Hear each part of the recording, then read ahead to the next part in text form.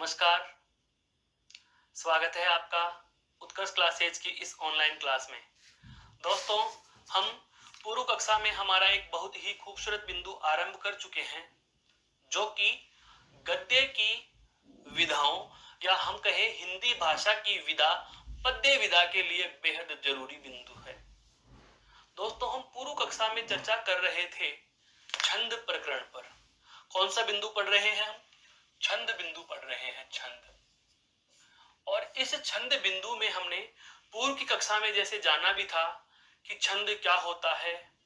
किसी भी रचना को लिखते समय यदि वर्ण, मात्रा, यति, गति, तुक, लय, चरण आदि का ध्यान रखा जाता हो तो उस रचना को क्या कहा जाता है दोस्तों? छंद कहा जाता है। उसके पश्चात हमें पता चला कि छंद का जो उल्लेख है वो ऋग्वेद के 10वें मंडल के 90वें सूक्त के 9वें मंत्र में मिलता है। तत्पश्चात छंद के आदि ब्रह्म का नाम हमने दिया ब्रह्मा जी। ब्रह्मा जी के पश्चात जो छंद के प्रणेता या प्रवर्तक रहे उन आचार्यों में क्रमशः बृहस्पति, चैवन या दुष्चैवन, मांडव्य, सैतव, यास्क और महर्षि आचार्य पिंगल का नाम आता है, जिनके द्वारा छंद सूत्र लिखा गया, जिसे वर्तमान में आदि छंद ग्रंथ या आदि छंद शास्त्र का दर्जा भी दिया जाता है। तत्पश्चात हमारा पूर्व के कक्षा में बहुत ही महत्वपूर्ण प्रकरण आरंभ हो चुका था दोस्तों, जिसमें हम चर्चा कर रहे थे छंद के अवयव की। किसकी बात कर रहे थे दोस्तों? छंद के अवयव की। और इस छंद के अवयव के बारे में अगर आपसे पूछा जाए तो मोटे मोटे हम बात कर रहे थे। सबसे पहले हमने जाना क्या, यति क्या होती है। उसके बाद दूसरा अवयव जो आता है वह आता है दोस्तों गति क्या होती है। गति के बाद नंबर 3 पे जो अवयव आता है उसका नाम है दोस्तों क्या? चरण। क्या है दोस्तों? चरण। तत्पश्चात हम बात करते हैं चरण के बाद आता है आपके क्या? बिल्कुल मात्रा। क्या आता है? मात्रा। और मात्रा के बाद आता है दोस्तों दल। क्या आता है? दल। और दल के बाद आता है क्या दोस्तों? आपका गण। क्या आता है? गण। इन छंद के अवयवों की हम चर्चा कर रहे थे और जिनमें हमने जाना था कि यति क्या होती है और गति क्या होती है। यति का मतलब हमें पता था कि एक चरण में जहां रुकते हैं, किसी भी चरण के पठन के समय किसी भी चरण को हम पढ़ रहे हैं, किसी भी छंद को पढ़ रहे हैं, तो जिस जगह विराम लिया जाता है, जिस जगह क्या लिया जाता है दोस्तों? विराम लिया जाता है, ठहराव लिया जाता है, आराम लिया जाता है, रुका जाता है, उस जगह को या उसे क्या कहा जाता है? विराम को यति कहा जाता है। क्या कहा जाता है? यति कहा जाता है। अब एक से दूसरी चीज जुड़ी हुई है। कल वाली पूर्व की कक्षाओं की बातें हम सदैव याद रखेंगे। क्या कि यति क्या होती है? हमारे मस्तिष्क में है यति यानी ठहराव या विराम। तो एक लाइन को पढ़ते समय हम जिस जगह रुके वो तो क्या कहलाई दोस्तों? यति। लेकिन जहां से शुरू हुए और जहां पर हम ठहरे, तो यहां तक जो पहुंचने का कार्य हमने किया, यहां तक पहुंचने का जो हमने कार्य किया, फिर यहां ठहर गए, तत्पश्चात पुनः आरंभ हो गए और चलते गए चलते गए चलते गए चलते गए और यहां पर करके पुनः ठहर जाते हो। यहां आकर के आप पुनः ठहर जाते हो। तो जहां से आरंभ हो रहे हैं वहां से लेकर के यति तक और यति से पुनः आरंभ होकर के चरण के अंत तक आप जा रहे हो। यह आना और जाना क्या कहलाया था दोस्तों? गति कहलाया था। क्या कहलाया था? गति कहलाया था। ये दोनों बातें हम पूर्व की कक्षाओं में जान चुके हैं। क्या क्या? कि किसी भी छंद के या किसी भी चरण के पठन के समय जिस जगह ठहराव या विराम लिया जाता है वह यति कहलाता है। और चंद किसी भी छंद या चरण के पठन के समय जो वाणी का उतार चढ़ाव हो रहा है, जो आवाज का आरोह अवरोह हो रहा है, इस आरोह अवरोह का नाम क्या है दोस्तों? गति। इस आरोह अवरोह का नाम क्या है दोस्तों? गति है। बताओ यहां तक समझ में आया या नहीं आया? क्लियर हो गई बात? यहां तक कोई दिक्कत नहीं। आज हम तीसरे बिंदु की चर्चा करते हैं, छंद के तीसरे अवयव की हम चर्चा करते हैं, और तीसरे अवयव का नाम क्या है दोस्तों? चरण। तीसरा अवयव हमारे समक्ष क्या है? चरण क्या होता है? देखिए, हमने आरंभ की एक पंक्ति को पढ़ना, अल्प विराम और पूरी कर दी। ठीक है, जैसे पूर्व की कक्षा में हम उदाहरण ले रहे थे, इसी से हम बहुत अच्छे से समझ सकते हैं पूरे के पूरे इस छंद के अवयव को। क्या? जय हनुमान ज्ञान गुण सागर, जय हनुमान ज्ञान गुण सागर, जय कपिस्तिहु लोक उजागर। तो आप इसको पढ़ना आरंभ कर रहे हो, थोड़ी देर के लिए मान लीजिए, देखो ये तो क्या है दोस्तों? अब आप इसमें चिन्हित कर दीजिए, ये तो क्या है? यति। ये अल्प विराम नहीं, यहां ठहरना क्या है? यति। और यहां से यहां तक क्या है? लगातार पढ़ना क्या है? गति। और यहां से यहां तक क्या है दोस्तों? गति।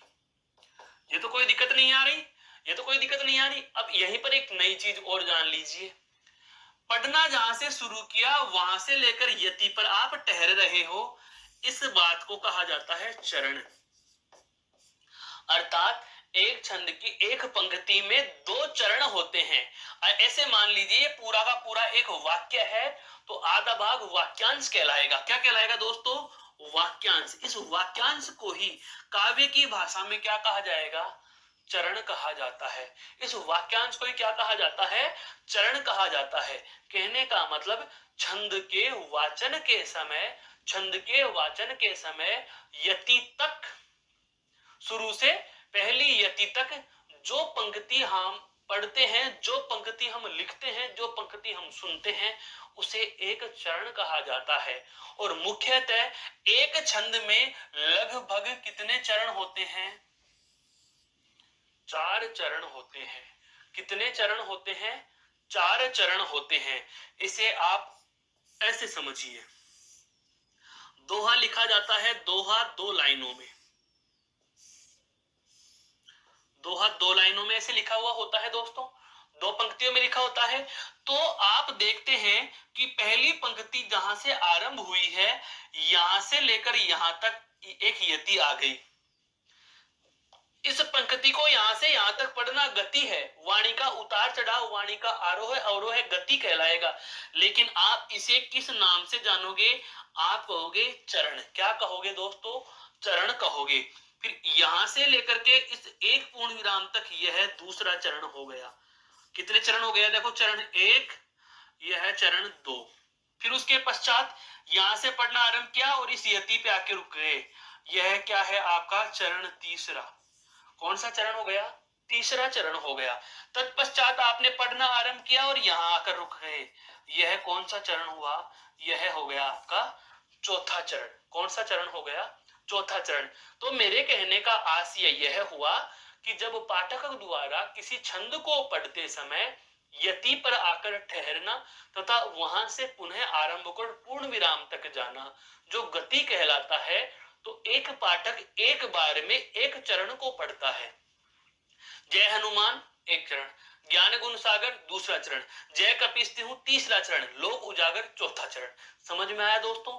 तो पाठक के द्वारा जो हम गति अर्थात यति तक जिस गति से पढ़ रहे हैं, तो किसे पढ़ा जाता है दोस्तों? वह चरण को पढ़ा जाता है। किसे पढ़ा जाता है? चरण को पढ़ा जाता है। समझ में आना चाहिए। या हम बात कहें कि ये जो चरण है, एक पूरे के पूरे छंद में कितने चरण होते हैं? 4 चरण होते हैं। तो जाहिर सी बात है, आप ये भी कह सकते हो कि ये 1/4 भाग, एक चतुर्थांश, एक चतुर्थांश, एक छंद के चतुर्थ भाग को हम चरण कह देंगे। समझ में आ गया ना अब तो? है एक छंद का चौथा हिस्सा एक चरण कहलाता है। इस चरण के और भी नाम है। इस चरण को पाद भी कहा जाता है। एक पाद एक पैर, चरण पैर पाद। छंद का संबंध भी पैर से ही है। वेदांग की यदि बात की जाती है, बहुत अच्छे से याद आ गई यहां से एक चीज बहुत अच्छी। क्या? अगर हम बात करें क्या वेदांग की, वेदांग कितने हैं दोस्तों? वेदांग 6 हैं। कितने हैं? 6। तो इस छह वेदांगों में भी आपके छंद की चर्चा की गई है। 6 वेदांग कौन से हैं ध्यान रखना, हालांकि यहां से नहीं पूछा जाता पर पता होना चाहिए। 6 वेदांग देखो, सबसे पहले शिक्षा, कल्प, निरुक्त,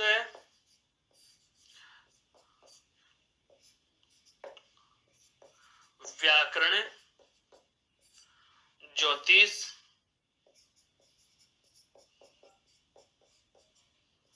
और छंद। 6 जो वेदांग होते हैं उनमें भी छंद का नाम है। इसीलिए तो कहा कि छंद वेदों में उल्लिखित हैं, छंद वेदों का हिस्सा हैं। छंद वेदों में चर्चा में आए हैं, छंद विधान छंद व्यवस्था की चर्चा वेदों में की गई है। वेदांग कितने होते हैं? 6। कौन कौन से? शिक्षा है, कल्प और निरुक्त। अब बात की जाए, इनका संबंध शरीर के अंगों से भी माना गया है। आपको एक मानव पुरुष के शरीर के जो अंग हैं उन अंगों से भी इन सभी 6 वेदांगों का संबंध बताया जाता है। जैसा कि हाँ बिल्कुल बिल्कुल, जैसे कि हम व्याकरण का संबंध मुख से बताते हैं, व्याकरण का संबंध किससे बताते हैं? मुख से। कल्प से संबंध हाथों का होता है, ऐसे ही छंद का संबंध होता है वह पुरुष के कहां से होता है? पैर से। किससे होता है दोस्तों? पैर से संबंध बताया गया है। पैर यानी पाद, अर्थात पैरों से छंदों का संबंध है। इसीलिए चरण को दूसरा नाम क्या दिया गया? पाद भी कहा जाता है। समझ में आया या नहीं? तो यह चरण के संदर्भ में हमें तथ्य पता चल चुका। तो इसकी परिभाषा क्या लिखेंगे?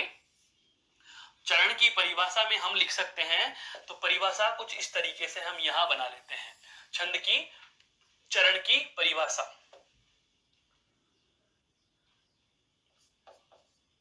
एक छंद के चतुर्थ भाग को चरण कहा जाता है। छंद के चतुर्थ भाग को क्या कहा जाता है? चरण कहा जाता है। साधारणतया, अब जाहिर सी बात है चौथा भाग है तो एक छंद में कितने चरण हो गए? 4। तो लिख देंगे ये वाली बात भी है। साधारणतः एक छंद में 4 चरण होते हैं। साधारणतः एक छंद में कितने चरण होते हैं दोस्तों? 4 चरण होते हैं। छंद के चौथे हिस्से को, चतुर्थांश को, जहां से हम कहते हैं आरंभ से लेकर के यति तक ठहरना, गति तक पढ़, गति से पढ़ना, यति पर ठहरना, और ये जिसको पढ़ रहे हो वो क्या है? चरण है। तो एक छंद में 4 चरण, तो चौथा भाग क्या कहलाएगा? एक चरण कहलाएगा। बताओ यहां तक बात समझ में आ गई क्या दोस्तों? बात यही से हमें एक दूसरी बात और पता चली, क्या? चरण का अन्य नाम है, इसका अन्य, इसका अन्य नाम क्या है? पाद। इसका अन्य नाम क्या है? पाद। या आप कह सकते हो छंद चतुर्थांश, छंद चतुर्थांश, अर्थात छंद का चतुर्थ अंश, छंद का चौथा भाग क्या कहलाता है दोस्तों? चरण कहलाता है। परिभाषा इस अकेले शब्द से भी निकाल सकते हो। इसका अन्य नाम पाद कहा जाता है। क्यों? क्योंकि छंद का संबंध मनुष्य के शरीर के पैर से है। कौन सा संबंधित अंग से है? पाद या पैर से है। बात की जाए ये कहां से निकल कर आया, तो आप कह सकते हो सर यह वेदांग में कहा गया है। वेदांग कितने? 6। शिक्षा, कल्प, निरुक्त, व्याकरण, ज्योतिष और छंद। तो जैसे हम पढ़ते हैं व्याकरण का संबंध को किससे होता है दोस्तों? व्याकरण का संबंध होता है मुंह से। व्याकरण का संबंध किससे होता है? मुंह से। शिक्षा का जैसे घ्राण नाक से होता है, ऐसे ही जैसे कल्प का हाथ से संबंध होता है, ऐसे ही छंद का संबंध किससे होता है? पैर या पाद से। मनुष्य के पैर से संबंध बताया गया है।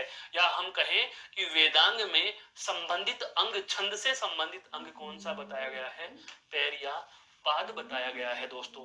यहां तक की बात समझ में आ गई। हम छंद के तीसरे अवयव पर चर्चा कर चुके हैं। आज की जो चर्चा आरंभ की कि चरण किसे कहा जाएगा, तो आपके समक्ष मैंने प्रस्तुत किया है कि चरण क्या होता है। अब हम अगले अवयव पर चर्चा करेंगे। इस चरण से संबंधित ही अगला अवयव कौन सा ले लेते हैं? दल लेते हैं। दल मात्रा उसके बाद में पढ़ाते हैं। दल लेते हैं। दल दल क्या होता है? बहुत छोटा सा बिंदु है, यहीं पर समझ लीजिए। देखो, जय हनुमान ज्ञान गुण सागर, ये पूरी की पूरी लाइन एक लिखी हुई है। चरण क्या होता है? नई स्लाइड पे समझो आराम से। चरण क्या है? ये चरण है, यह भी चरण है, यह भी चरण है और यह भी चरण है। अर्थात एक छंद में सामान्यतः 4 चरण होते हैं। छंद का चौथा हिस्सा क्या कहलाता है? चरण कहलाता है। अब हम बात कर रहे हैं अगला जो बिंदु है या अगला जो अवयव है छंद का, वह कौन सा है? दल। दल क्या होता है? तो ध्यान से समझना। एक लाइन लिखूंगा, उसमें अपने आप परिभाषा और अर्थ भावार्थ सारी चीजें क्लियर। क्या? यदि एक से अधिक, यदि एक से अधिक चरण एक साथ लिख दिए जाएं,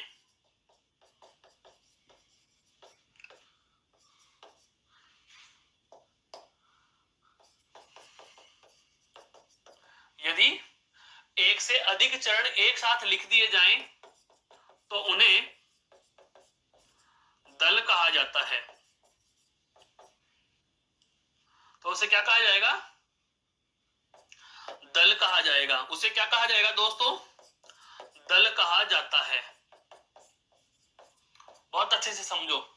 यदि एक से अधिक चरण एक साथ लिख दिए जाएं, एक तरीका तो यह हुआ, ऐसे भी तो लिख सकते हैं हम।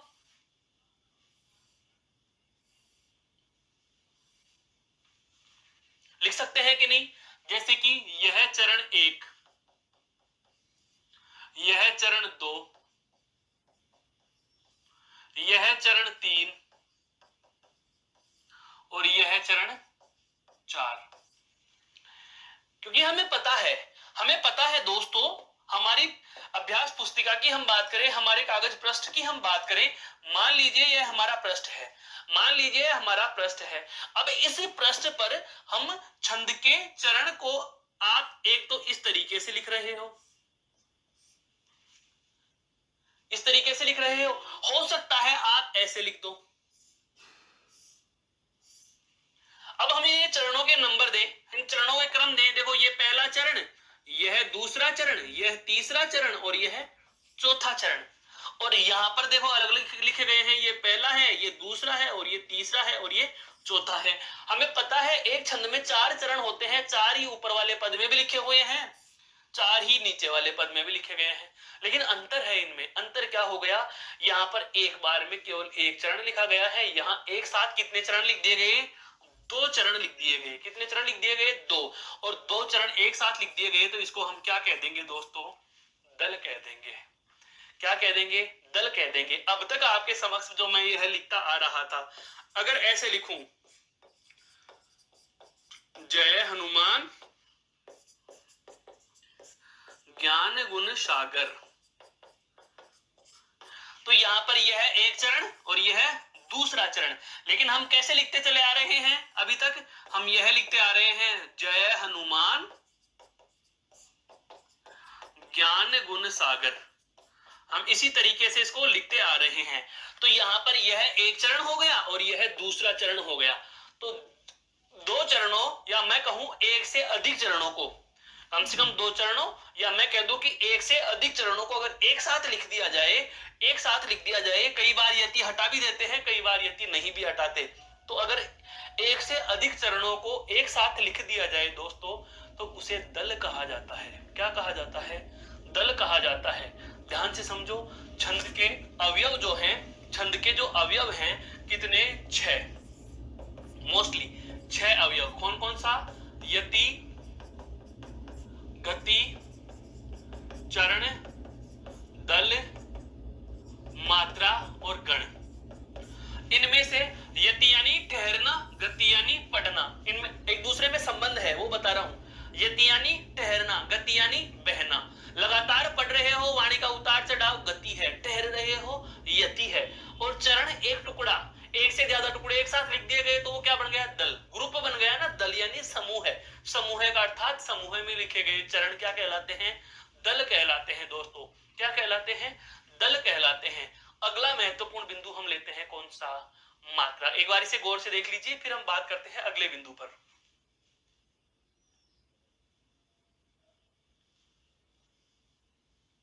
देखो, अगला जो अवयव है छंद का, वह कौन सा है दोस्तों?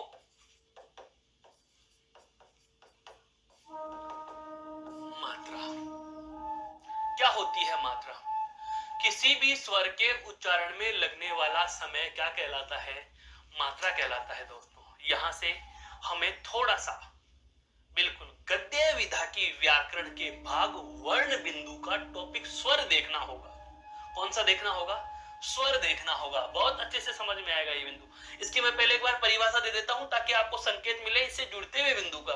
मात्रा क्या होती है? किसी स्वर के उच्चारण में लगने वाले समय को मात्रा कहा जाता है।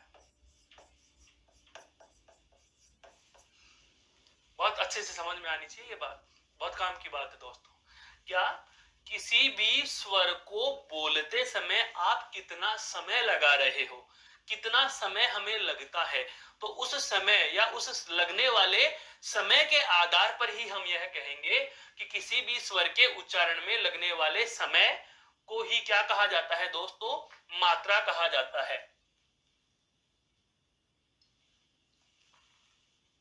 क्या कहा जाएगा दोस्तों? मात्रा कहा जाएगा। और इसी आधार पे हम स्वर में पढ़ते भी हैं। जब हम बात करते हैं हिंदी भाषा की, थोड़ा सा आपको मैं पीछे लेकर चल रहा हूं, यह बिंदु बहुत अच्छे से स्पष्ट करना है। हिंदी भाषा के अंग, हिंदी भाषा के अंग यदि आपसे पूछे जाए तो अंग कितने? 3। कौन कौन सा? वर्ण, शब्द और वाक्य।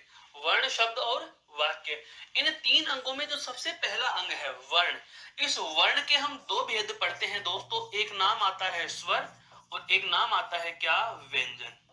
तो इस स्वर की जो संख्या है वह कितनी मानी जाती है? 11। कितनी मानी जाती है? 11 मानी जाती है। मैं जरा उनका उल्लेख कर देता हूं। वो 11 कौन कौन से हैं? ए, आ, लघु ई और उसके बाद दीर्घ ई, उ और उ। उसके बाद आता है आपका री, फिर है ए, आई, ओ और औ। बहुत अच्छे से समझो दोस्तों, बहुत अच्छे से समझो। बात कर रहे हैं हिंदी भाषा में, लेकिन अब मैं आपको यह भी कह रहा हूं कि स्वर जो है वह उच्चारण में जितना समय ले रहा है, स्वर जो है उच्चारण में जितना समय ले रहा है, क्योंकि व्यंजनों के उच्चारण में तो स्वर समय लगेगा नहीं। क्यों नहीं लगेगा? क्योंकि व्यंजन जो है वो अकेले बोले नहीं जाते। व्यंजन की सबसे मोटी विशेषता क्या है? स्वतंत्र उच्चारण नहीं। व्यंजन की सबसे मोटी विशेषता या सबसे बढ़िया पहचान या परिभाषा के संदर्भ से ही समझ लीजिए कि स्वर और व्यंजन का सबसे महत्वपूर्ण अंतर क्या है? तो व्यंजन वे हैं जो स्वतंत्र उच्चारित नहीं होते। उदाहरण के लिए मुझे कै बोलना है तो हम देख रहे हैं कि कै के साथ हम ए स्वर का उच्चारण कर रहे होते हैं। हम चाहकर भी इसे अलग नहीं कर सकते। ये व्यंजन की विशेषता है। व्यंजन वे वर्ण होते हैं जो स्वतंत्र नहीं बोले जाते। इन्हें बोलने हेतु, व्यंजनों को बोलने के लिए हमें स्वर का सहारा लेना ही पड़ेगा। मजबूरी है हमारी, हमें व्यंजन वर्ण के उच्चारण के लिए स्वर की सहायता लेनी ही पड़ती है। तो जाहिर सी बात है, जो उच्चारण में समय लगता है, जो समय लगता है दोस्तों, वह किसमें लग रहा है? वह स्वर के अनुसार निर्धारित होता है। मानता हूं व्यंजन में समय लगेगा, लेकिन व्यंजन तो अकेला बोला ही नहीं गया। व्यंजन को बोलने के लिए तो हम स्वर को साथ में बोल रहे हैं, और जाहिर सी बात है अगर आप स्वर के साथ में व्यंजन, या हम कहें कि व्यंजन के साथ स्वर का उच्चारण करना ही पड़ रहा है, तो जो समय निर्धारण होता है वो उस स्वर में लगने वाले समय के आधार पर ही होता है, व्यंजन के आधार पर नहीं होता। और इसी आधार पर एक नया बिंदु निकल करके आया छंद में हमारे समक्ष, कौन सा? मात्रा। अब बात आती है कि मात्रा का पता तो चल गया कि मात्रा किसे कहते हैं। मात्रा क्या होती है तो आप तुरंत कह दोगे कि सर स्वर को बोलने में जो समय लगता है ना उसे मात्रा कहते हैं। ठीक है, स्वर के उच्चारण में यानी कि स्वर को बोलने में लगने वाला समय मात्रा कहलाता है। लेकिन हमें छंद के अनुसार मात्राओं का पता होना चाहिए कि छंद में कितने प्रकार की मात्राएं होंगी। 2 प्रकार की मात्राएं होंगी। कितने प्रकार की मात्राएं होंगी? 2 प्रकार की मात्राएं होंगी। अब उन 2 प्रकार की मात्राओं का निर्धारण कैसे करते हैं, मात्रा लगाने के नियम क्या होते हैं दोस्तों, यह बहुत गजब की चीज है जिसे बहुत आसानी से हमें समझना है। तो हिंदी भाषा के जो 3 अंग हैं उसमें से वर्ण, और वर्ण में से भी हमें कौन सा ले लिया? स्वर ले लिया। स्वर आपके समक्ष मैंने लिखे हैं, ये हिंदी के हैं। ये किसके स्वर हैं? हिंदी के स्वर। लेकिन अब एक चीज ध्यान रखना, जो छंद है, बहुत अच्छे से समझो दोस्तों, अंतर संबंध को जानो, छंद बिंदु है वह संस्कृत में भी है। तो जाहिर सी बात है मात्रा लगा के ने के जो नियम है वो संस्कृत के अनुसार पढ़ेंगे।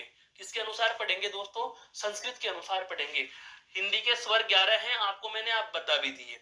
अब इसके बाद करते हैं अगली बात, क्या? मात्राओं के प्रकार और मात्रा लगाने के नियम। इसे लिख लीजिए, फिर हम बात करते हैं इसी से संबंधित आगे दोस्तों। तो मात्रा क्या हुई? हिंदी में स्वर के उच्चारण में लगने वाले समय को क्या कहते हैं? मात्रा। और कितने प्रकार की हैं? 2 प्रकार की हैं। वो क्या है? समझो जरा। मात्रा, मात्रा क्या होता है? स्वर उच्चारण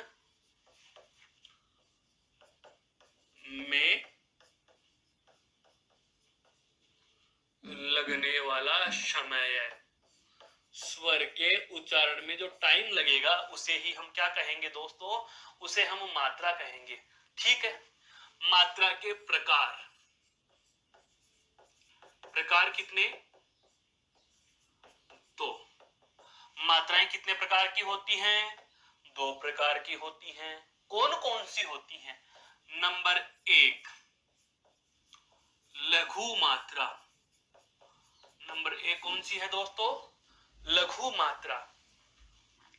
लघु मात्रा के बात की जाए इसका संकेत क्या होगा, तो इसका संकेत होता है खड़ी पाई।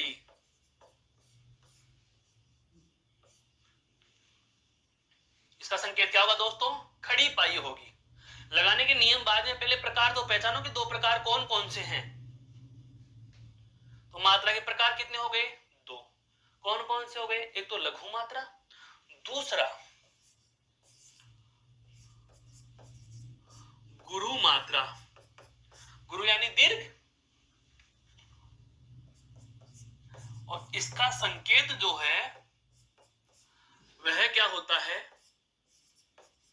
वक्र रेखा। वक्र रेखा अर्थात एस की तरह। आप ये कह दो जैसे हम ऐसे 2 लिखते हैं ना, तो इस 2 को ऐसे उल्टा लिख दो। 2 को क्या लिखना है? आपको उल्टा लिखना है। 2 को क्या लिखना है दोस्तों? उल्टा लिखना है ऐसे। या हम कहें सीधे से एस की तरह आकृति। एस की तरह आकृति, वक्र यानी टेढ़ी रेखा करनी है। टेढ़ी रेखा, ये लो, ये 2 हो गया। तो ये 2 तो लिखा जाना चाहिए ऐसे, और लिख दिया आपने उल्टा। तो जो उल्टा 2 लिख रहे हैं, या आप कहें कि अंग्रेजी के एस वर्ण की तरह हम एक सिंबल बना रहे हैं, यह किसका संकेत होता है? गुरु मात्रा का संकेत होता है दोस्तों। किसका संकेत होता है? ये गुरु मात्रा का संकेत होता है। आशा करता हूं ये दोनों बातें आपके समझ में आ गई। मात्रा, उच्चारण में लगने वाला समय। प्रकार कितने? 2। सबसे पहली लघु, दूसरी गुरु। लघु का संकेत खड़ी पाई, गुरु का संकेत वक्र रेखा यानी टेढ़ी रेखा। 2 की तरह इसे हम लिख सकते हैं। क्लियर? अब बातें हैं लगाते कैसे हैं मात्रा। जैसे मैंने लिखा पर, और जैसे मैंने लिखा पार। जैसे मैंने लिखा पर और जैसे मैंने लिखा पार। अभी मुझे नहीं पता कितनी लगेगी, पर इस पर लगाएंगे। देखो, मात्रा लगाने के हम बात करेंगे अब क्या, नियम। बिंदु है मात्रा लगाने के नियम। मात्रा लगाने के नियम पढ़ते हैं दोस्तों, मात्रा लगाने के नियम। अब अपने आप समझ में आएंगे कि मात्रा कैसे लगाई जाती है। नंबर 1, लघु स्वरों पर, इनकी संख्या भी देखो, इसकी संख्या कितनी होती है, 1, और गुरु को कितना गिना जाएगा, 2। इनकी अंक कितने होंगे, यह 1 होती है, लघु यानी 1 मात्रा, और ये यानी गुरु यानी 2 मात्रा। तो लघु स्वरों पर 1 मात्रा मानी जाती है, लघु स्वरों पर 1 मात्रा मानी जाती है। अब हमें यह तो पता चल गया कि लघु स्वरों पर 1 मात्रा मानी जाएगी, पर यह नहीं पता कि लघु स्वर कौन कौन से हैं। बिल्कुल घबराने की आवश्यकता नहीं है दोस्तों, लघु स्वर लिख देता हूं, देखो ए, ई, उ और री। ये स्वर किसी भी वर्ण में जुड़े हुए हो या स्वतंत्र लिखे हुए हो, वहां आप 1 मात्रा मानोगे। जैसे पे में ए जुड़ा हुआ है, रे में ए जुड़ा हुआ है, तो पे में भी कितनी मात्रा मानेंगे, 1, और रे में भी कितनी मात्रा मानेंगे, 1। अब 1 मात्रा का संकेत क्या करना, खड़ी पाई। तो मात्रा कैसे लगा देंगे मेरे दोस्त, मात्रा लगा देंगे, देखो पे के ऊपर 1 मात्रा और रे के ऊपर भी 1 मात्रा, तो मात्रा 1 और 1 कितनी हो गई, 2। तो मैं कहूं कि पर में कितनी मात्रा, तो आप कह दोगे कि पर में कुल 2 मात्रा। कुछ समझ में आया, गिनना अलग है, लगाना अलग है। लगाई तो हमने कितनी है, दोनों पर 1-1, पर गिनेंगे तो गिने कितनी, 1 और 2 गई, 1 पे पे 1 रे पे, तो 1 और 1 2 मात्रा। समझ में आ गई दोस्तों। पूछने वाले प्रश्न क्या क्या हैं, सुनना ध्यान से। पर शब्द में कितनी मात्राएं हैं, तो जवाब होगा 2 मात्राएं हैं। पर शब्द में वर्णों की संख्या आपको कितनी मिलनी है, वर्ण कितने हैं। पर शब्द में वर्ण अगर आपसे पूछे तो देखो, पे को हलंत किया तो पे में क्या निकला, ए, प्लस रे को हलंत किया तो रे में क्या निकला दोस्तों, ए। तो वर्ण कितना हो गया, 1, 2, 3 और 4, क्योंकि 1 और 3 ये 2 तो व्यंजन वर्ण है और 2 क्या है, स्वर वर्ण। तो वर्ण तो कितने हैं, 4। वर्ण कितने हैं, 4 वर्ण है दोस्तों, 4 वर्ण और 2 मात्रा। समझ में आया कि नहीं आया, बहुत अच्छे से समझ लीजिए। मैथ की तरह है, सारा का सारा टेक्निकली है, बस इसमें थोड़ा सा दिमाग लगाना है कि हमें नॉर्म्स पता होना चाहिए, नियम पते होने चाहिए। बिल्कुल संज्ञा सर्वनाम ही नहीं है, हिंदी में बहुत सारी चीजें बाकी है मेरे दोस्तों। तो हिंदी क्या चीज होती है ये जानिए। पर शब्द था, मात्रा लगाने का नियम पहला पता हमने चला लिया, क्या कि लघु स्वर पर 1 मात्रा मानी जाएगी। लघु स्वर कौन कौन से, ए, छोटी ई, छोटा ऊ और री। क्लियर। नंबर 2, नियम नंबर 2,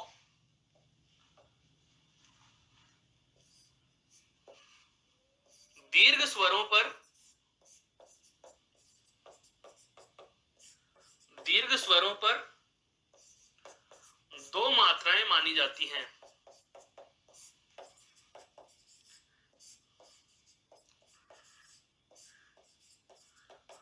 दीर्घ स्वरों पर कितनी मात्रा मानी जाएंगी, 2। अब ये देखते हैं दीर्घ स्वर कौन कौन से हैं।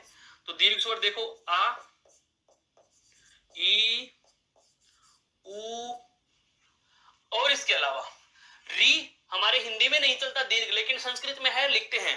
देखो, ये एक बार लघु री और 2 बार ये घुंडियां लगा दी जाएं तो ये दीर्घ री होगा। ये क्या होगा, दीर्घ री होगा, ध्यान रखें। इसके अलावा ए, आई, ओ और औ, ये आपके क्या हैं, दीर्घ मात्रा वाले स्वर मैंने आपके समक्ष उल्लिखित हैं। क्या क्या, आ, ई, उ, केवल उ, और उसके बाद में दीर्घ री, री के बाद में ए, आई, ओ और औ। क्लियर। अब देखो इधर लिखा हुआ है क्या, पार। पार में पे में क्या जुड़ा हुआ है दोस्तों, आपकी मात्रा जुड़ी हुई है, तो मात्रा कितनी आएंगी, 2। 2 मात्राओं का संकेत कैसे लगाते हैं, वक्र रेखा की तरह, वक्र रेखा एस, तो ये लो जी, ये दो मात्रा। रे में क्या जुड़ा हुआ है? एक ए, तो रे में एक। तो अब आपसे पूछ ली जाएगी पार में कितनी मात्राएं हो गई, तो पार में दोस्तों मात्राएं तो कितनी है? 3 मात्रा। कितनी मात्राएं हो गई? 3। क्यों? पे पे 2 और रे पे 1, तो 2 और 1 3 मात्राएं हो गई। गिनना भी आ रहा है धीरे धीरे। वर्ण की संख्या पूछे तो वर्ण तो 4 ही होंगे। देखो वर्ण कैसे हैं? 4। पे प्लस आ प्लस रे, और रे में क्या जुड़ा हुआ है? ए। तो देखो पे आ रे ए, कितने वर्ण हो गए? 4 वर्ण। और मात्राएं कितनी हैं? मात्राएं कितनी हैं? 3। लेकिन अब छंद में जब वर्ण गिनेंगे, छंद में जब वर्ण गिनेंगे तो शब्द के वर्ण गिनने हैं। ध्यान रखना, शब्द के वर्ण। तो शब्द के वर्ण आप कैसे गिनोगे? पा रे, पा 1 और रे 2 वर्ण, बस। ये व्यंजन और ये स्वर अलग अलग करके नहीं गिनेंगे। ये है स्वतंत्र वर्ण है दोस्तों। ये क्या है? स्वतंत्र वर्ण। ये स्वतंत्र वर्ण है। स्वतंत्र वर्ण का मतलब ये हो गया कि स्वर अलग गिन लो, व्यंजन अलग गिन लो। लेकिन जब छंद में वर्णों की गिनती हम करेंगे तो उस समय आप अलग अलग या स्वतंत्र वर्ण नहीं गिनोगे। अगर व्यंजन और स्वर जोड़ के लिखे हुए हैं तो पूरा उसको एक ही गिनेंगे। जैसे अभी मैं बताऊंगा वर्ण गिनना और मात्रा गिनना, आगे आएगा। अभी आपको केवल मात्रा लगाने के नियमों में 2 नियम पता चले हैं। पहला नियम हमें पता चला, लघु स्वरों पर 1 मात्रा मानी जाती है। दूसरा नियम हमें पता चला, दीर्घ स्वरों पर 2 मात्राएं मानी जाती हैं। लघु स्वर कौन कौन से हैं और दीर्घ स्वर कौन कौन से हैं। इसके आगे की बात करते हैं। अगली बात, अगला नियम देखो दोस्तों, हम पढ़ रहे हैं क्या? मात्रा लगाने के नियम।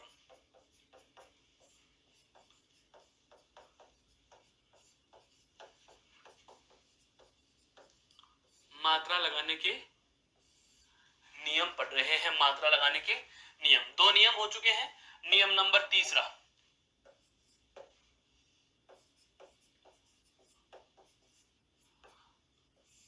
संयुक्त अक्षर से ठीक पहले वर्ण पर, बहुत अच्छे से समझना इन चीजों को। 2 चीजें तो पता चल गई, स्वर और व्यंजन की। अब लेकिन और कौन कौन सी जो काम की बातें हैं?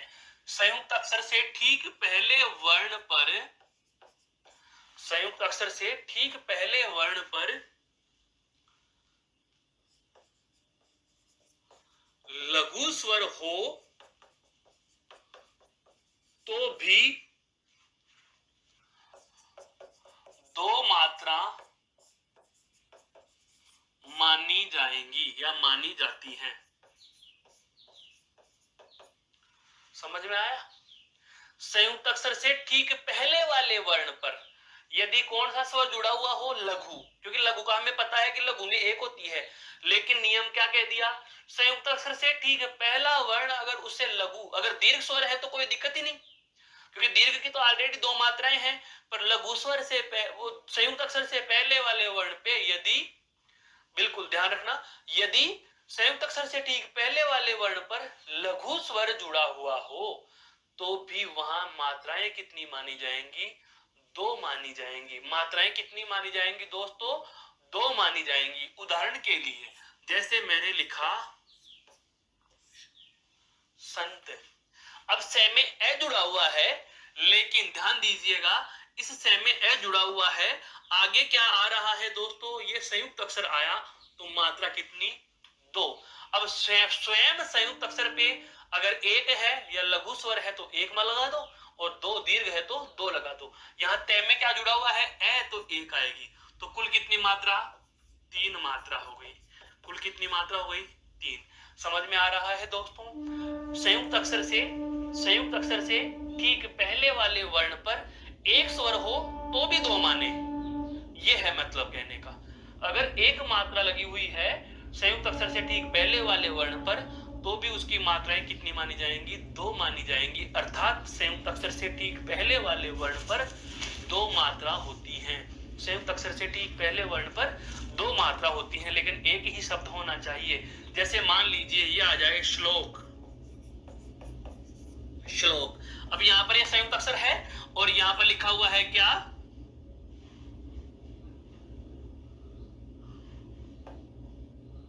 देख। ये लिखा हुआ है देख श्लोक। अब ये ख में 1 मात्रा है, आगे संयुक्त अक्षर लिखा हुआ है, तो इस संयुक्त अक्षर का प्रभाव यहाँ नहीं आएगा, यहाँ केवल एक ही मात्रा आएगी। उसी शब्द में अगर संयुक्त अक्षर हो तो उसके ठीक पहले वाले वर्ण पर दो मात्राएं होंगी। अगर शब्द अलग है तो मात्रा का प्रभाव समाप्त हो जाएगा। दोस्तों ये ध्यान रख लेना। यहां पर आप इस से और ले संयुक्त अक्षर की वजह से ख पे 2 कर दोगे तो गलत हो जाएगा। यहाँ पर तो ख में ए जुड़ा हुआ है, एक ही मात्रा होगी, लेकिन यहाँ पर न और त संयुक्त अक्षर होने की वजह से उसी शब्द में आपके इससे ठीक पहले वाला लघु स्वर का वर्ण लिखा हुआ है, लेकिन मात्रा कितनी मानी जाएंगी? 2 मानी जाती है। मात्रा कितनी मानी जाएंगी? 2 मानी जाती है। यहां तक समझ में आया? अगला नियम, अगला नियम दोस्तों,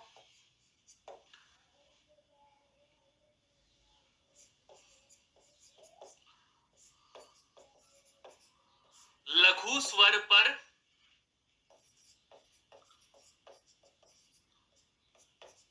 अनुस्वार हो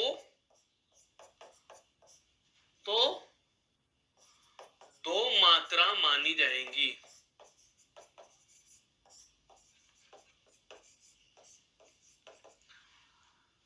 अगर लघु स्वर है और उसके ऊपर कौन सा चिन्ह लगा हुआ है? अनुस्वार। दोस्तों अनुस्वार क्या होता है यह भी मैं बता देता हूं, इधर लिख ही देता हूं अनुस्वार को भी साथ में।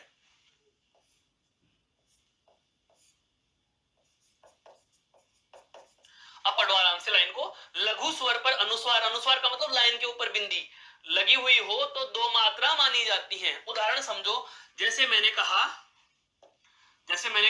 अंक, जैसे हमने लिखा क्या? अंक। अब ए में भी ए जुड़ा हुआ है, ए में अकेला ए है और के में भी ए जुड़ा हुआ है, तो नियम के अनुसार तो 1 और 1 2 ही आनी चाहिए। नियम के अनुसार 1 और 1 2 ही आनी चाहिए, लेकिन हमारा नियम क्या कह रहा था दोस्तों?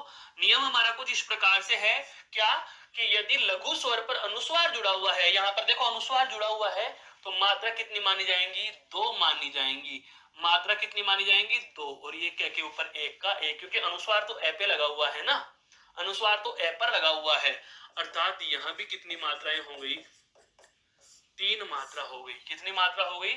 3। मेरे कहने का मतलब यह हुआ कि यदि लघु स्वर पर अनुस्वार जुड़ा हुआ हो तो कितनी मात्रा? 2 मात्रा मानी जाती है। अगला नियम इसी से संबंधित, क्या? यदि लघु स्वर पर अनुनासिक लगा हो, यदि लघु स्वर पर अनुनासिक, अनुनासिक क्या होता है वो भी जान लीजिए। अनुनासिक यानी चंद्र बिंदु।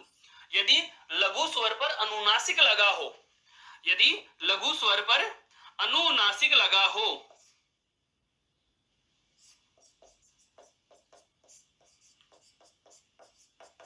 तो 1 मात्रा ही मानी जाएगी, 1 मात्रा ही मानी जाती है। ये बहुत अच्छा नियम है दोस्तों। अर्थात अनुस्वार होगा तो 2 मात्राएं होंगी, अगर अनुनासिक अर्थात चंद्र बिंदु लगा हुआ है तो 1 ही मानी जाएगी। जैसे लिख दिया जाए पंख। अब आप यहां पर इस पंख में, अब आप इस पंख को ध्यान से समझ लीजिए।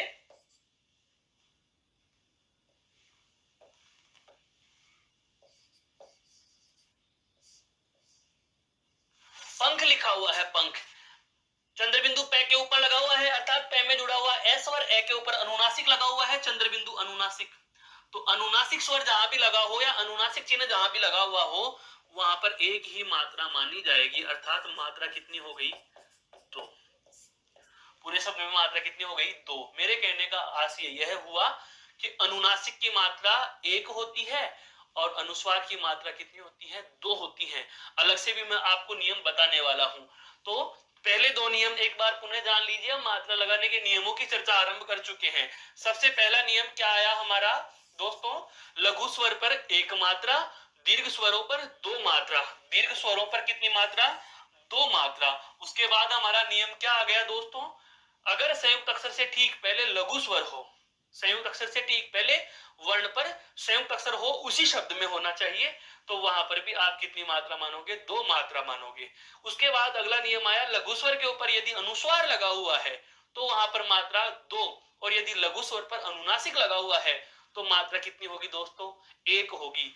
आशा करता हूं यहां तक की बात भी समझ में आई। अगली स्लाइड पे चले दोस्तों, अगली बात पर चलते हैं। देखो अगली बात कर रहे हैं हम मात्रा लगाने के नियम।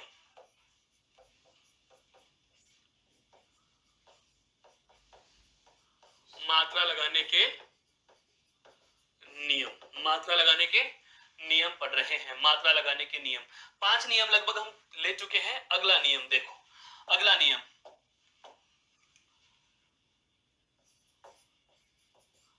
दीर्घ स्वर पर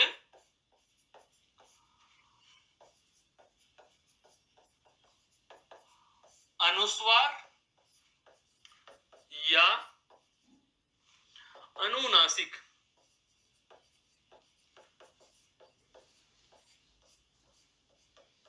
लघु स्वर पर अनुस्वार हो तो 2, अनुनासिक होने पर 1। अभी अभी देखो ये हमने जाना है। क्या जाना दोस्तों? लघु स्वर पर अनुस्वार हो तो 2 मात्राएं। कितनी मात्राएं?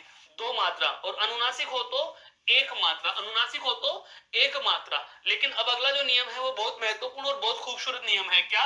यदि दीर्घ स्वर हो और दीर्घ स्वर पे अनुस्वार या अनुनासिक हो तो सदैव 2 मात्राएं रहेंगी। 2 मात्रा मानी जाती हैं। ये क्यों मानी जाती है दोस्तों?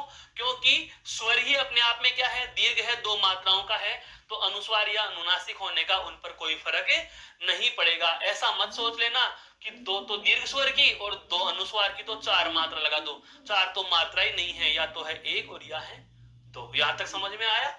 यहां तक समझ में आया? जैसे लिखा हुआ आ जाए आपके समक्ष 5, तो आप यहाँ पर 2 और यहाँ पर कितनी लगाओगे? 1 ही लगाओगे। कितनी लगाओगे दोस्तों? 1 ही लगाओगे। लिखा हुआ आ जाए आंख, तो यहाँ पर भी आप कितनी लगाओगे दोस्तों? 2 और यहाँ पर 1, अर्थात इन सभी में आप 3-3 मात्राएं ही लिखोगे। कितनी लिखोगे दोस्तों? 3-3 मात्राएं ही आप बता सकते हो। यहाँ तक समझ में आया? अगला अगला तथ्य बहुत महत्वपूर्ण और अगला बहुत खूबसूरत सुंदर नियम क्या है दोस्तों? देखो 7वां नंबर, अयोगवाह्य वर्ण। अयोगवाह्य वर्ण, अब समझ में आएंगी ये वाली चीज। क्या? अयोगवाह्य वर्ण कितने होते हैं? कुल 2। कौन कौन सा? अंग और अह है। अयोगवाह्य वर्ण लिखते हैं दोस्तों। अयोगवाह्य वर्ण अनुस्वार और विसर्ग।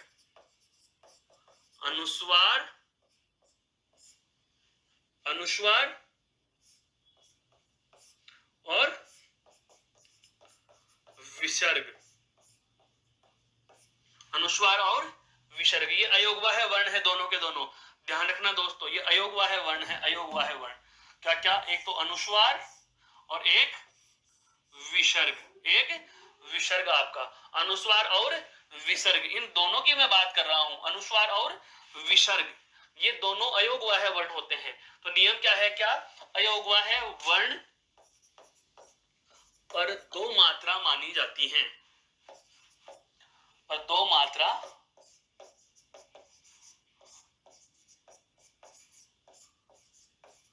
मानी जाती हैं। यदि अयोगवाह्य वर्ण होगा तो मात्राएं कितनी आएंगी? 2 आएंगी। जैसे हम लिखें क्या? नमः। जैसे हम क्या लिखें दोस्तों? नमः। तो न पे तो 1 और मैं के आगे विसर्ग जुड़ा हुआ है, लघु स्वर है ना यहाँ पर मैं में ए, लेकिन फिर भी मात्रा कितनी होंगी? 2 मानी जाएंगी। कितनी मानी जाएंगी दोस्तों? 2 मात्राएं मानी जाएंगी। कितनी मात्राएं मानी जाएंगी? 2 मात्राएं मानी जाएंगी। तो अब समझ में आ गया अनुस्वार वाला चक्कर जो हमने नियम नंबर 5 पढ़ा था। वह नियम नंबर 5 यही तो कह रहा है कि लघु स्वर अर्थात 1 मात्रा वाला स्वर है लेकिन अनुस्वार जुड़ा हुआ हो तो मात्राएं कितनी बताओगे? 2 बताओगे। अनुनासिक का कोई फर्क नहीं पड़ा, जबकि हमने दीर्घ स्वर के साथ अनुस्वार हो चाहे अनुनासिक हो, क्योंकि दीर्घ स्वर तो अपने आप में ही 2 मात्राओं का स्वर है, तो मात्राएं भी कितनी मानी हमने, 2 मानी। तत्पश्चात हमारा एक नियम और आ गया दोस्तों, और वह क्या आया, अयोग वाह्य वर्ण अर्थात अंग और ए इन दोनों में से कोई सा भी लिखा हुआ है तो इन पर भी मात्राएं कितनी मानी जाएंगी दोस्तों, 2 मात्राएं ही मानी जाती हैं। मात्राएं कितनी मानी जाती हैं, 2 ही मानी जाएंगी। यहां तक समझ में आया दोस्तों, यहां तक समझ में आया। ये क्या था, मात्रा लगाने के नियम। ये क्या है दोस्तों, मात्रा लगाने के नियम है, मात्रा लगाने के नियम है। अब हम बात करते हैं क्या, बिल्कुल, मात्रा गिनते कैसे हैं, मात्रा गिनते कैसे हैं। तो मात्रा गिनना, यहां तक समझ में आया, यहां तक समझ में आया। अब देखते हैं मात्राओं का गिनना।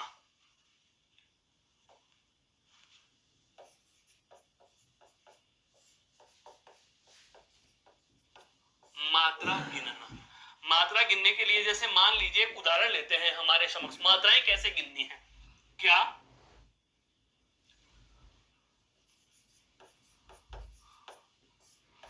प्रकाश रोज बाजार जाता है, प्रकाश रोज बाजार जाता है, प्रकाश रोज बाजार जाता है। मात्राएं लगाओ पहले, तो लगाते कैसे हैं, गिनते कैसे हैं, सारे तरीके बता रहा हूं। प्रे, प्रे, पे के नीचे रे और जुड़ा हुआ है, क्या जुड़ा हुआ है, स्वर कौन सा है दोस्तों, ए। संयुक्त अक्षर है, इससे पहले कोई वर्ण नहीं, स्वयं का तो कोई फर्क नहीं पड़ेगा, क्योंकि अब ये देखो मैंने ये तो कहा था, अभी अभी देखो मैंने ये क्या कहा आपको कि संयुक्त अक्षर जो होता है, संयुक्त अक्षर से ठीक पहले वाले वर्ण पे, संयुक्त अक्षर से ठीक पहले वर्ण पर लघु स्वर हो तो भी 2 मात्राएं मानी जाएंगी, लेकिन उसके पहले स्वयं में होना चाहिए। स्वयं पर कोई असर नहीं पड़ रहा, स्वयं पर संयुक्त अक्षर का कोई फर्क नहीं पड़ेगा दोस्तों, स्वयं पर संयुक्त अक्षर का कोई प्रभाव नहीं पड़ता है। चलो देखते हैं, प्रकाश में रे प्रे ए, का में आ 2, क्योंकि कै में क्या जुड़ा हुआ है, आ जुड़ा हुआ है, श में क्या जुड़ा हुआ है, 1 मात्रा, रे पे ओ की मात्रा 2, जय में 1, बा 2, जा 2, रे 1, जा 2, ता 2 और है 2। अब गिनते कैसे हैं, तो 1 2 3 4 5 6 7 8 9 10 11 12 13 14 15 16 17 और 18, अर्थात इस पूरी पंक्ति में हम कहेंगे क्या कि कितनी मात्राएं हैं, 18 मात्राएं हैं। कितनी मात्राएं हैं दोस्तों, 18 मात्राएं हैं।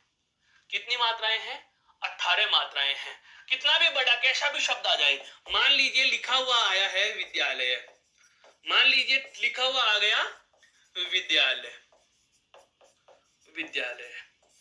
अब आपको कहूं कि इन पर मात्राएं गिनकर बताइए, तो पहले मात्राएं लगाना जरूरी है, गिनने से पहले तो लगाओ। लगाएंगे कैसे, देखो वे पे छोटी ई की मात्रा, लेकिन विद्या दे और या संयुक्त अक्षर है ना, ये संयुक्त अक्षर है, तो ये संयुक्त अक्षर से ठीक पहले वाले वर्ण पे अगर लघु मात्राएं हैं तो कितनी मानी जाएंगी, 2 मानी जाएंगी। अभी अभी नियम नंबर 3 पे पढ़ा हमने, ठीक है। अब यहाँ पर देखो स्वयं में भी दीर्घ स्वर जुड़ा हुआ है, तो स्वयं की कितनी मात्रा, 2, ले में 1 और यह पे 1, तो कुल मात्राओं की संख्या आप कितनी बता दोगे, 2 और 2 4 और 2 6 मात्रा, कितनी होंगी, 6 मात्रा। यहाँ पर वी और दे और या, यहाँ पर संयुक्त अक्षर आ गया तो वही 2 मात्रा। अब इस दे में कोई स्वर ही नहीं है, मात्रा क्या होती है, स्वर में लगने वाला समय, ये स्वर रहित व्यंजन है तो इसमें मात्रा लगनी ही नहीं है। यहाँ पर यह पे क्या जुड़ा हुआ है, आ, बहुत अच्छे से समझो दोस्तों इस बात को, दे में क्या जुड़ा हुआ है, हलंत, हलंत का मतलब ये स्वर रहित है, और स्वर रहित है तो जाहिर सी बात है मात्रा रहित हुआ कि नहीं हुआ, क्योंकि मात्रा की परिभाषा में यह कहा जाता है कि स्वर को बोलने वाला समय मात्रा कहलाता है, तो यहाँ स्वर ही नहीं है तो समय कहां से लगेगा, नहीं लगेगा। तो विद्या, तो यहाँ पर यह में क्या है, आ, और आ की मात्रा कितनी, 2, ले पे 1 ये पे 1, तो कुल कितनी मात्राएं हो गई, 6 मात्रा। कितनी मात्रा हो गई, 6 मात्रा। आप कर सकते हैं, आपने घर के परिवार के सभी सदस्यों के नाम, सभी मित्रों के नाम आप लिख सकते हो और उन पर इनके अनुसार क्या कर सकते हो, नियम के अनुसार मात्राएं लगा सकते हो। जैसे मैंने लिखा पंकज, जैसे मैंने क्या लिख दिया, पंकज, क्या लिख दिया दोस्तों, पंकज। अब इस पंकज में मात्रा गिननी है, अब हमें इस पंकज में मात्राएं गिननी है, तो हमें पता चल चुका पे और आगे क्या लगा हुआ है, अनुस्वार। पे के ऊपर क्या लगा हुआ है, अनुस्वार। और अनुस्वार जहां भी लगा हुआ हो मात्राएं कितनी आएंगी, दो। अगर दीर्घ पे है तो दो आनी है, लघु पे भी आ जाए तो दो आएंगी। तो दो, के में एक और जय पे एक, कुल मात्राएं कितनी हो गई, चार मात्रा। कितनी मात्राएं हो गई दोस्तों, चार मात्रा हो जाएंगी। कितनी मात्रा हो जाएंगी, चार मात्रा हो जाएंगी। यहां तक समझ में आया कि नहीं आया, यहां तक समझ में आया। और अच्छे शब्द लिखते हैं, जैसे स्वर्णकार, जैसे क्या लिख दिया, स्वर्णकार। अब ये भी संयुक्त अक्षर है, आगे भी संयुक्त अक्षर है, और फिर उसके बाद में दीर्घ और रे। तो संयुक्त अक्षर से ठीक पहले वाले वर्ण पे कितनी मात्रा आएंगी, दो। तो स्व पे कितनी आएंगी, दो। लेकिन रे और न, रे और न यहाँ पर संयुक्त अक्षर है पर आगे संयुक्त अक्षर नहीं है ना, इसलिए यहाँ पर स्व में दीर्घ स्वर नहीं है, लघु स्वर है। एक मात्रा तो एक मात्रा, का में दो रे का रे, तो कुल मात्राओं की संख्या कितनी हो जाएगी, तो आप कह दोगे दो और एक तीन, दो और एक तीन, यानी कुल कितनी मात्राएं हो गई दोस्तों, छह मात्रा। कुल कितनी मात्रा हो गई, छह मात्रा हो गई। कुल कितनी मात्रा हो गई, छह मात्रा। ये बहुत जरूरी और बेहद आवश्यक चीज है, क्या कि मात्राओं की गिनती कैसे की जाती है। अब बात आती है क्या, इसी के साथ साथ मात्राओं के गिनने के साथ साथ ही हम अब क्या गिन लेते हैं, वर्ण गिनना। ये तो क्या गिने हैं हम, मात्रा। अब मैं बता रहा हूं छंद में वर्ण गिनना, कि वर्णों को कैसे गिनेंगे। वर्णों को गिनने का ध्यान रखना दोस्तों, एक तो होता है स्वतंत्र वर्ण और एक होते हैं केवल वर्ण।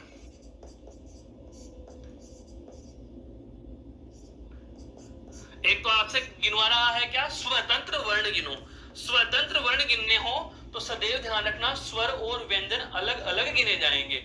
ऐसा आपको हिंदी व्याकरण में, गद्य व्याकरण में जब वर्णमाला पूछी जाती है, वर्ण परीक्षण पढ़ते हैं, वर्ण विचार पढ़ते हैं, वहां प्रश्न मिल सकता है। लेकिन यदि आपको छंद के अनुसार, या हम कहें कि छंद के लिए यदि अगर आपको वर्ण गिनने हैं, तो यह आपके काम की चीज नहीं है। आप इस बात पर जोर देंगे ही नहीं कि स्वतंत्र वर्ण गिनना है या केवल वर्ण गिनना है। आपको तो सीधे ही करना है क्या, गिनती। और वर्ण गिनते समय ध्यान रहे क्या, संयुक्त अक्षर को एक ही वर्ण मानना है, बस इसमें और कोई दिक्कत नहीं आती। इसमें एक ही बात आपको ध्यान रखनी है, और वह क्या है, संयुक्ताक्षर को एक ही वर्ण माना जाता है। संयुक्त अक्षर को एक ही वर्ण माना जाता है।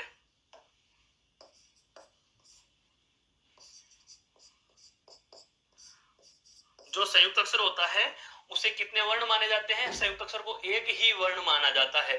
जैसे हम उदाहरण लेना चाहें, जैसे दोस्तों उदाहरण लेना चाहें, वी, मात्राओं से कोई मतलब नहीं। अभी अभी मैंने बताया, अगर आपको वर्ण विचार के अंतर्गत वर्णमाला गिननी हो, स्वतंत्र वर्ण गिनना है, तो आप इसका पहले वर्ण विच्छेद करोगे। क्या करोगे, वर्ण विच्छेद करोगे। देखो कैसे गिनते हैं, मैं बता देता हूं दोनों चीजें, ताकि आपका भ्रम दूर हो जाए। शब्द है हमारे पास क्या, विद्यालय या विद्यालय, दोनों में कोई सा भी रूप लिखा हुआ आ सकता है, दोनों शुद्ध हैं, ध्यान रखना। ठीक है, अगर आपसे इसका पहले शाब्दिक विच्छेद करवाता है, क्या करवाता है दोस्तों, संधि विच्छेद नहीं, शाब्दिक विच्छेद पूछे, तो इसका शाब्दिक विच्छेद आप इस तरीके से करोगे, क्या, व, लघु ई, फिर उसके बाद में द के बाद में य के बाद में आ के बाद में ल, और उसके बाद में ल के बाद में ए के बाद में य, और य के बाद में ए। कैसे, व में ई जोड़ा वी, द य आ द्या, फिर ल में ए जोड़ा ल, और य में ए जोड़ा तो ये पूरा। सबको गिन लो, 1 2 3 4 5 6 7 8 9। ये तो आपके स्वतंत्र वर्ण हो रहे हैं 9, जिनमें आप कह सकते हो कि 4 स्वर हैं और 5 व्यंजन वर्ण हैं। 5 व्यंजन वर्ण हैं। देखो व्यंजन वर्ण कौन कौन से हैं, मैं गोले में बंद कर देता हूं। क्या, 1 2 3 4 और 5। अब इसके अलावा लघु ई, आ और ए, ये क्या है, स्वर हैं। लेकिन छंद के संदर्भ में इस तरीके से नहीं गिनना। छंद में यह गिनती नहीं होती, ये लिख ही देता हूं मैं, छंद में ये गिनती नहीं, छंद में ये गिनती नहीं होगी। अगर आपको छंद में वर्ण गिनने हो तो ऐसे नहीं गिनने। छंद में वर्ण कैसे गिनने हैं, पूरे के पूरे संयुक्त अक्षर को एक ही वर्ण गिनना है। संयुक्त अक्षर का मतलब मात्रा और व्यंजन वर्ण हो या व्यंजन व्यंजन स्वर हो या स्वर व्यंजन हो, आपको ग्रुप में गिनने हैं। ग्रुप में गिनेंगे तो कैसे, देखो एक वी या दो ल तीन और ये चार, इसमें कुल कितने वर्ण हैं, चार वर्ण है। कुल कितने वर्ण हो गए, चार। ऊपर भी यहाँ पर कितने गिनोगे, देखो ये एक दो तीन और चार, यहाँ पर एक और ये संयुक्त अक्षर को एक ही गिना जाए, संयुक्त अक्षर को एक ही गिना जाए, दो तीन और एक चार। जैसे शब्द आता है दोस्तों, आपके समक्ष में एक शब्द लिखता हूं, शब्द आ जाए जानने की इच्छा, जिज्ञासा है, जिज्ञासा। अब यहाँ पर यह भी संयुक्त अक्षर लिखा हुआ है ना, मात्रा लगाएंगे तो देखो ये संयुक्त अक्षर से ठीक पहले वाले वर्ण पे कितनी मात्रा आएंगी, दो, तो जय पे छोटी की मात्रा होने के बावजूद भी दो मात्रा गुरु की मात्रा, और ये एक या दो तो यहाँ पर भी दो और यहाँ पर भी दो, इसमें कितनी मात्राएं हो गई दोस्तों, छह मात्रा। लेकिन वर्ण अगर आपसे गिनवाता है तो वर्ण एक दो और एक तीन, कितने वर्ण होते हैं दोस्तों, तीन ही वर्ण होते हैं। कितने वर्ण होते हैं, तीन वर्ण होते हैं। कितने वर्ण होते हैं, तीन वर्ण होते हैं। तो ये थी दोस्तों मात्रा लगाने के नियम और वर्णों की गिनती, मात्राओं की गिनती की छंद के पहचान के लिए। छंद के जो महत्वपूर्ण अवयव हम बात कर रहे हैं, अभी भी एक वर्ण या हम कहें एक अवयव विशेष है जो वो भी अपने आप में बहुत महत्वपूर्ण और बहुत अच्छा है, सुंदर है, उसकी भी हम चर्चा करेंगे। पर पहले एक बार मैं प्रकाश डाल देता हूं। आज की कक्षा में हमने जाना चरण क्या होगा, दल क्या होगा, मात्रा क्या होगी, मात्रा लगाने के नियम क्या होंगे, मात्राओं की गणना कैसे की जाती है। तो आशा करता हूं दोस्तों यह सारी बातें आपके बेहद समझ में आई होंगी, और इसके बाद हम अगली चर्चा, अगला बिंदु लेंगे अगली कक्षा में। तब तक के लिए नमस्कार, धन्यवाद, बहुत बहुत आभार।